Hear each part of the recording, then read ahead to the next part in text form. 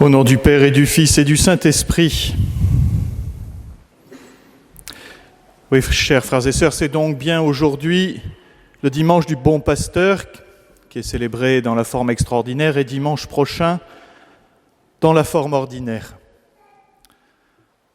Dimanche du Bon Pasteur qui est d'abord l'occasion de rendre grâce à Dieu pour le Christ mort et ressuscité, notre bon pasteur. Cette image du pasteur et des brebis est déjà présente dans l'Ancien Testament.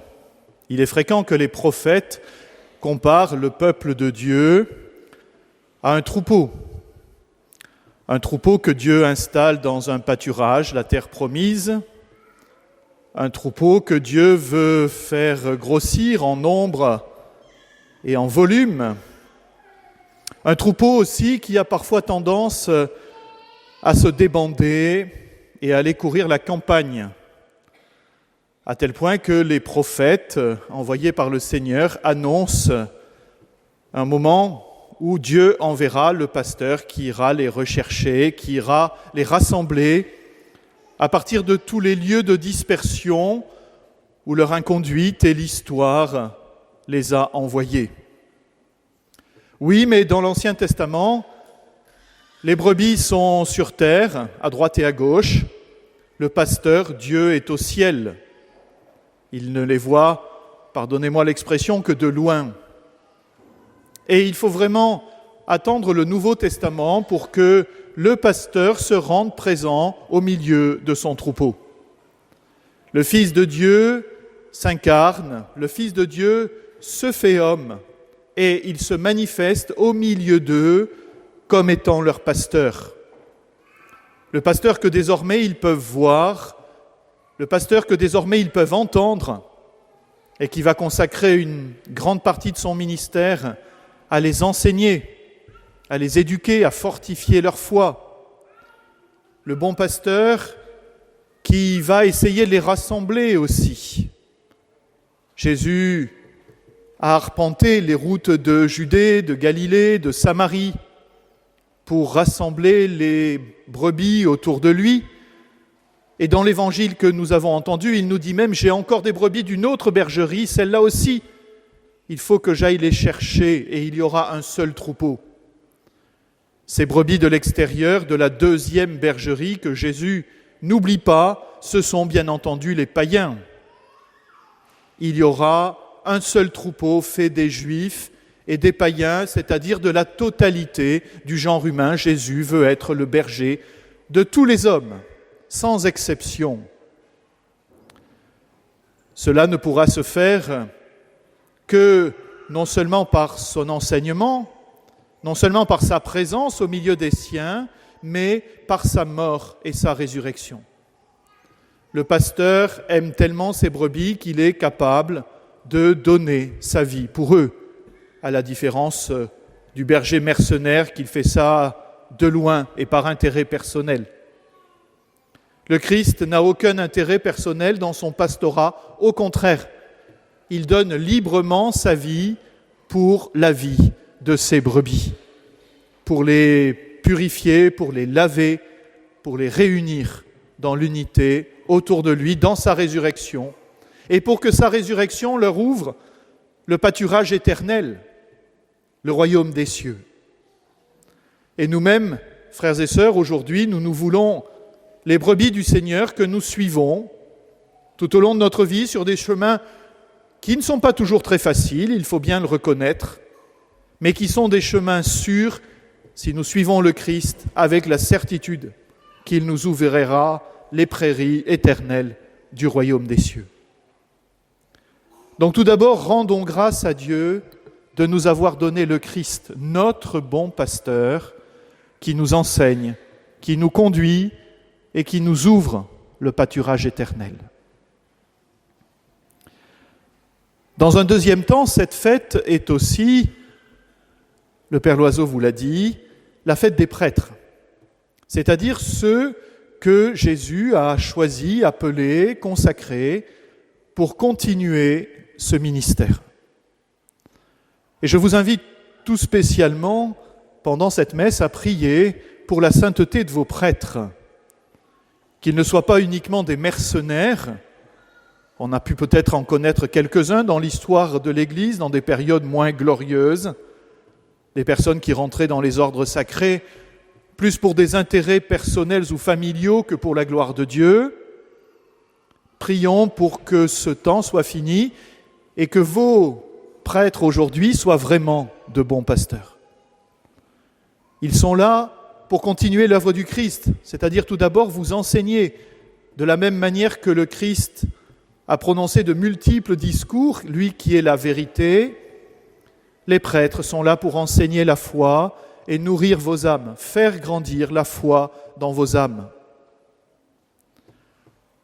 Le prêtre est aussi là pour donner la vie du Christ, non pas par lui-même, évidemment, il n'est qu'un être humain, même consacré par l'ordination, mais à travers les sacrements, sacrement du baptême, sacrement de l'Eucharistie, sacrement de la pénitence en particulier. Le prêtre est le canal par lequel la miséricorde de Dieu, la vie de Dieu se répand parmi les hommes. Et le prêtre doit être aussi un pasteur, un bon pasteur qui conduit son troupeau. Quel troupeau ? Pour le pape, successeur de Pierre, ce troupeau, c'est l'Église universelle. Pour l'évêque, pasteur local, c'est le diocèse. Pour un curé, c'est sa paroisse. Ainsi de suite, chacun d'entre eux, à des niveaux divers et variés, a son troupeau dont il doit prendre soin. Je connais mes brebis et les brebis me connaissent. Et c'est souvent d'ailleurs à cela qu'on reconnaît le bon pasteur, l'attention personnelle qu'il a pour chacune de ses brebis et le fait que chacun de ses paroissiens peut se dire « mais oui, mon curé me connaît et je le connais. Il n'est pas un anonyme ou un étranger pour moi. » Donc le pasteur connaît ses brebis, mais n'oublions pas que le même défi lui est lancé que celui du Christ. J'ai encore d'autres brebis ailleurs, et celles-là aussi, il faut que j'aille les visiter. Autrement dit, le pasteur aujourd'hui n'a pas uniquement les brebis fidèles qui viennent participer à la messe, qui viennent se confesser, qui viennent adorer, qui s'engagent dans la paroisse. Le pasteur a aussi à regarder au-delà vers les brebis égarées. Et vous savez qu'aujourd'hui, dans la situation en particulier de la France et de l'Occident déchristianisé, ces brebis sont extrêmement nombreuses.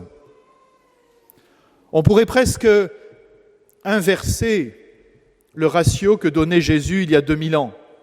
Vous vous souvenez, dans une parabole du berger, il disait « Le berger est capable de laisser dans l'enclos les 99 brebis fidèles et d'aller chercher la brebis égarée pour la ramener. » Aujourd'hui, frères et sœurs, ne nous voilons pas le visage, c'est l'inverse.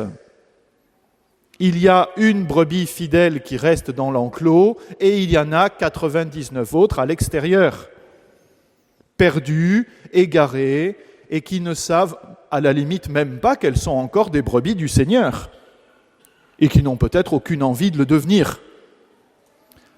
À celles-là aussi, le pasteur d'aujourd'hui est envoyé. À elles aussi et peut-être à elles prioritairement. Le pape François nous incite régulièrement, nous pasteurs, mais c'est aussi valable d'une autre manière pour les chrétiens, à sortir, à aller sur le parvis pour évangéliser, à aller même un peu au-delà dans les périphéries. Périphérie, ce terme qu'il a voulu volontairement vague, mais nous voyons très bien ce que cela signifie, c'est-à-dire d'aller le plus loin possible, là où les brebis sont allées se fourrer et dont elles ne peuvent pas se sortir, et où elles ont même perdu le sens de leur existence, je ne dis même pas spirituelle, mais aussi humaine. Nous devons être capables et courageux pour aller jusque dans ces périphéries. Le prêtre d'aujourd'hui, le pasteur d'aujourd'hui, doit être un évangélisateur dans le sens où il doit porter ce souci permanent de la recherche de la brebis égarée qui est, encore une fois, 99% de l'humanité. C'est valable pour le prêtre, c'est aussi ce que nous essayons d'inculquer aux séminaristes.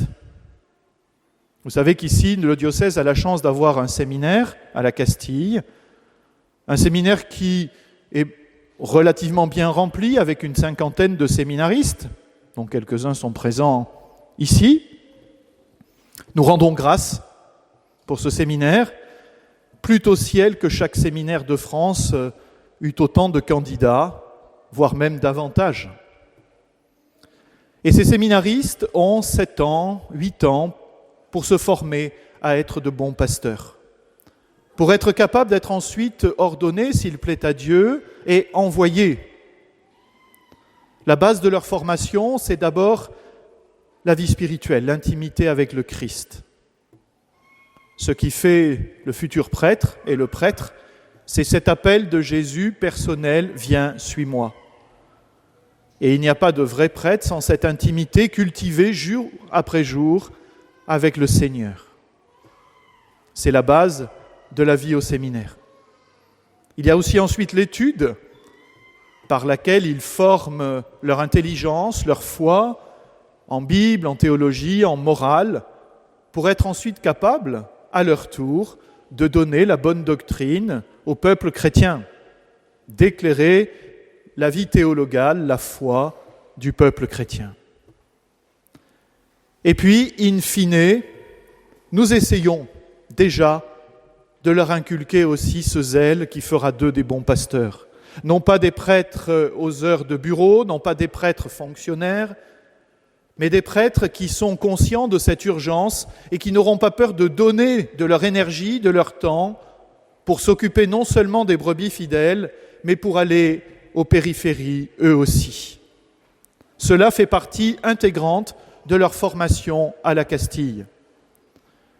Un séminariste, par exemple, doit sortir de chez nous en ayant participé au moins une fois à un parcours alpha, un instrument très utile pour faire redécouvrir à ceux de l'extérieur l'Église comme communauté et les rudiments d'une catéchèse kérygmatique.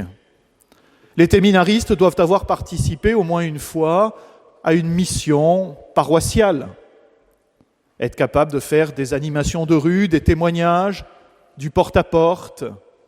Que sais-je ? Il ne s'agit pas finalement uniquement de méthodes, il s'agit d'instruments qui sont donnés pour le zèle du pasteur qui veut aller trouver les brebis égarées, les brebis dispersées aux 4 points cardinaux. Voilà ce que nous essayons de faire pour nos prêtres à la Castille. Je vous invite vraiment, frères et sœurs, en ce jour à prier pour eux, à prier pour que les séminaristes, tout au long de ce parcours, qui, encore une fois, dure un certain temps, 7 ans, 8 ans, arrivent non seulement à se former, mais à développer en eux ce zèle du bon pasteur. Je les confie à votre prière, je les confie à votre générosité. Aujourd'hui, en effet, la quête est faite pour le séminaire, pour permettre au séminaire d'assumer ses fonctions. Merci de les soutenir donc par la prière, par votre générosité. Merci aussi de vous interroger. L'Église, plus que jamais aujourd'hui, a besoin de vocation sacerdotale. Nous n'en avons pas assez en France. Est-ce que le Seigneur appelle moins qu'avant ? Je suis persuadé du contraire. L'urgence des temps est telle que, à mon avis, le Seigneur appelle même encore davantage qu'auparavant. Oui, mais alors des jeunes auront-ils suffisamment d'attention, de disponibilité pour se laisser interpeller par le Seigneur et pour, au fond de leur cœur, entendre Jésus qui leur dit « Viens, suis-moi, je veux que tu sois un bon pasteur à ma suite ». Oui, prions pour que de nombreux jeunes entendent cet appel et que, si c'est bien leur voix, ils deviennent, à leur tour, les bons pasteurs à la suite du Christ dont l'Église, aujourd'hui, a besoin. Amen. Au nom du Père et du Fils et du Saint-Esprit.